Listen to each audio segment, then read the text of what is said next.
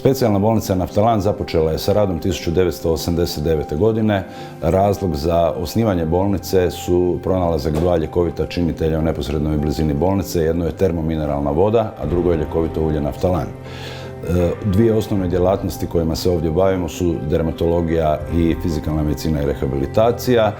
Uz rehabilitaciju kožne bolesti vulgarna psorijaza i bolesti kao što su bolesti upalnog reumatizma, veliki dio i obol u rehabilitaciji dajemo kod postoperativnih stanja na lokomotornom aparatu. Bolnica trenutno ima 137 kreveta i negdje oko 150 zaposlenih. Kroz godine je doživljavala uporni razvoj. Najveći razvoj se dogodio 2021. godine kada smo sagradili novi objekt koji u sebi ima jedan veliki otvoreni bazen, 3 zatvorena bazena, teretanu, fitness dvoranu i veliku kuhinju i restoran.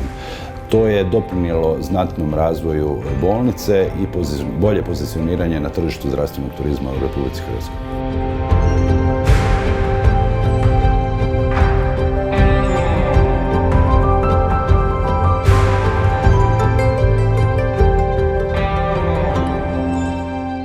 Osim liječenja kožnih bolesti i reumatskih bolesti, naša bolnica se bavi i medicinskom rehabilitacijom poremećaja mišićno-koštanog sustava, znači kod pacijenata koji su bili na operativnim zahvatima, koljena, kuka, znači operacije kralježnice, traumatske ozljede. Liječimo i degenerativne bolesti kralježnice i zglobova.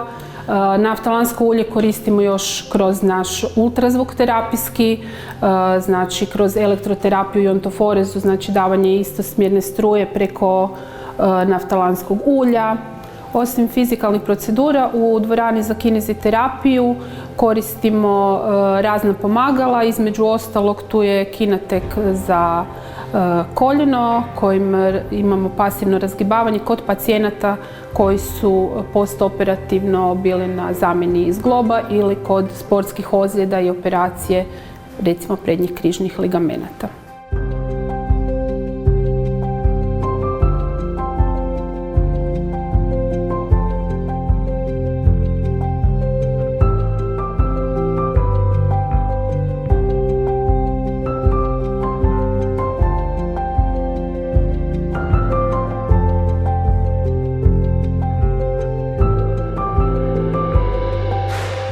Prednost individualnog treninga je to što se individualni trening programira prema zahtjevima i željama svakog klijenta.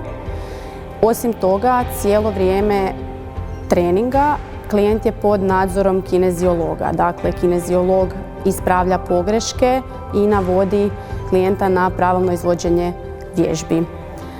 Klijenti nam dolaze sa različitim zahtjevima, neki žele izgubiti potkožno masno tkivo, neki žele dobiti na mišićnoj masi, a neki se jednostavno žele početi baviti bilo kakvom tjelesnom aktivnošću, ali pod nadzorom zato što sami ne znaju baš kako izvoditi neke vježbe.